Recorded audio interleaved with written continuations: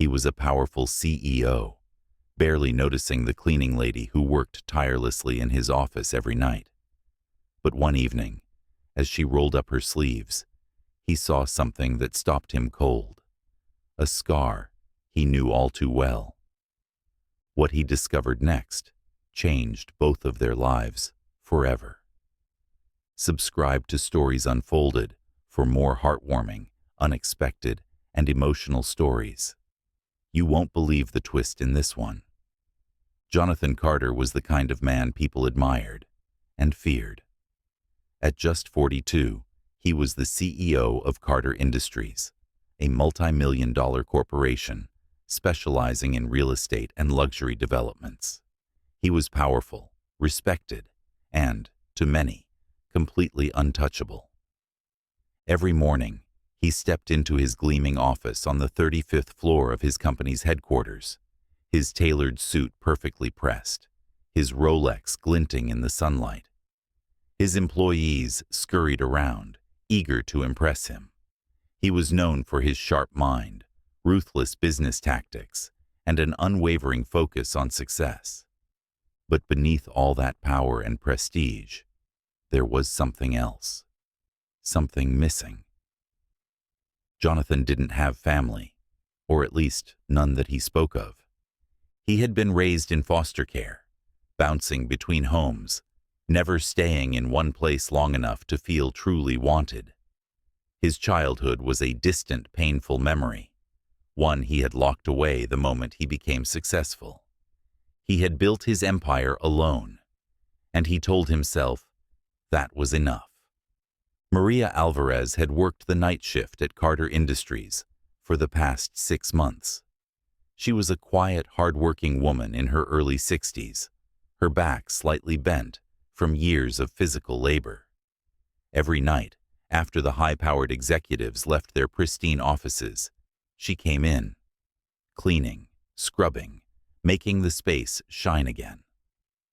Most employees never even noticed her. Jonathan was no different. She was just the cleaning lady, someone who existed in the background, unseen and unimportant. Until one night, when a single scar changed everything. It was a late evening. Jonathan had stayed behind, finishing a report.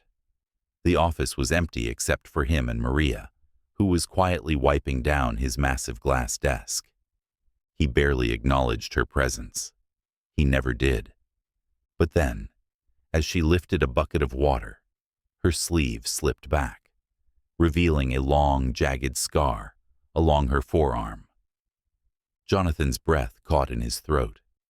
His eyes locked onto that scar, his mind racing back decades to a night he had tried so hard to forget. A night filled with fire, screaming, and unbearable pain. His hands began to shake as he whispered, "Where did you get that scar?" Maria froze at the sound of Jonathan's voice. She had been cleaning his office for months, and not once had he spoken to her beyond a simple nod or an occasional thank you. But now, his voice was different, shaky, almost desperate. She turned, confused by the intensity in his eyes. "Excuse me?" Jonathan's heart pounded in his chest. His mind was no longer in his office, but back in the past, in a dimly lit house, filled with memories he had buried deep inside him. He pointed at her arm, his voice barely above a whisper. "That scar. Where did you get it?" Maria instinctively pulled her sleeve down, covering the mark. She hesitated, shifting uncomfortably. "It was a long time ago," she murmured. "An accident." But Jonathan knew better. He had the same scar, on his own arm. Jonathan's vision blurred as the memory hit him like a tidal wave. He was 7 years old, living in a tiny rundown house with his older sister, Elena. Their mother, Maria, had worked 2 jobs just to put food on the table. They had nothing, but they had each other. Then came the fire. It happened on a cold winter night. Their small heater had malfunctioned, sending flames racing through their home. Jonathan remembered waking up to the smell of smoke, coughing as the fire spread. He remembered his mother's voice, screaming his name. "Jonathan! Elena! Get out!" He had tried to run, but a wooden beam collapsed in front of him, blocking his escape. The flames licked at his skin, and just as he thought it was over, his mother's arms were around him. She had pulled him out, shielding him from the fire with her own body. That was when it happened. A falling beam crashed down on both of them, burning their arms as they tried to escape. Jonathan had passed out from the smoke, and when he woke up, everything was gone. The house, his mother, his sister. The social workers told him they hadn't survived, and so he had spent his entire life believing he was alone. Jonathan's breathing was ragged as he stumbled back, still staring at Maria's scar. "It's you," he whispered, his voice barely audible. Maria looked at him in shock. "What?" He pulled up the sleeve of his expensive suit, revealing a matching scar on his own arm. Maria's eyes widened. She took a step forward, her hands trembling. "No," she gasped. "It can't be." Jonathan's voice cracked. "Mom?" Tears welled up in Maria's eyes as she cupped her mouth, her entire body shaking. "Jonathan?" She reached for him, as if afraid he would disappear. But he didn't move away. Instead, for the first time in over 30 years, Jonathan Carter collapsed into his mother's arms. Jonathan clung to Maria, his chest rising and falling in ragged breaths. He had spent his entire life believing he had no one, that his mother and sister had died in that fire. And yet, here she was. Tears streamed down Maria's face as she gently ran her fingers through his hair, the way she used to when he was a child. "My boy, I thought I lost you forever." Jonathan finally pulled back, just enough to look at her. His voice was hoarse, thick with emotion. "They told me you were dead. They said there were no survivors." Maria swallowed hard. "I thought the same about you." She took a shaky breath, wiping her tears before finally telling the truth. "I remember pulling you out of the fire," Maria whispered. "I remember shielding you, feeling the heat on my back, praying we would make it out." Jonathan nodded, his throat tight. He remembered that too. Maria continued, her hands trembling. "After we escaped, I lost consciousness. The last thing I saw was the flames consuming everything. When I woke up in the hospital, they told me." Her voice broke. "They told me my children hadn't made it." Jonathan's breath hitched. "But I was alive." Maria's face crumpled. "I didn't know. The hospital didn't tell me. They assumed I had no living family, and I had no way to find out." She paused, her eyes filled with decades of grief. "I spent years looking for answers. I went to every child services office, every foster agency, but there were no records of you. No one could tell me where you were." Jonathan clenched his fists. "I was in the system," he murmured, "bounced around from one foster home to another. I thought—" He swallowed hard. "I thought you had left me."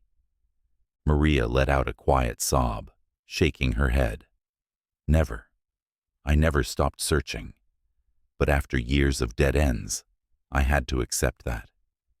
Maybe they had been right." They sat there in silence, the weight of 30 years of separation pressing down on them. Jonathan ran a shaky hand through his hair. "All this time, you were out there, and I never knew." Maria smiled sadly. Neither did I. He let out a humorless laugh. And now, after everything, after all these years, you ended up working for me. Maria exhaled deeply. I never knew who you were. The name Carter meant nothing to me. I took the job because it paid well, and I needed it. She looked at him with teary eyes. I never imagined my own son would be sitting behind that desk. Jonathan's chest ached. He had spent his entire life building a future, believing he had no past to hold on to. And yet, here it was. His past, his mother, standing right in front of him.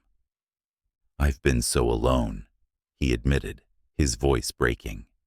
Even when I was surrounded by people, I was alone. Maria cupped his face with gentle, calloused hands. You're not alone anymore. Jonathan let out a breath he hadn't even realized he was holding. For the first time in decades, he finally felt like he had a home. In the weeks that followed, Jonathan didn't just reunite with Maria. He made up for lost time. He hired private investigators to track down any information on his sister, Elena, still holding on to hope that she was out there somewhere. And for Maria, he did what should have been done long ago. He gave her the life she deserved. One day, Maria walked into work to find a resignation letter waiting for her. Confused, she turned to Jonathan, who smiled and handed her the deed to a beautiful home. You never have to work another day in your life, he told her, unless you want to.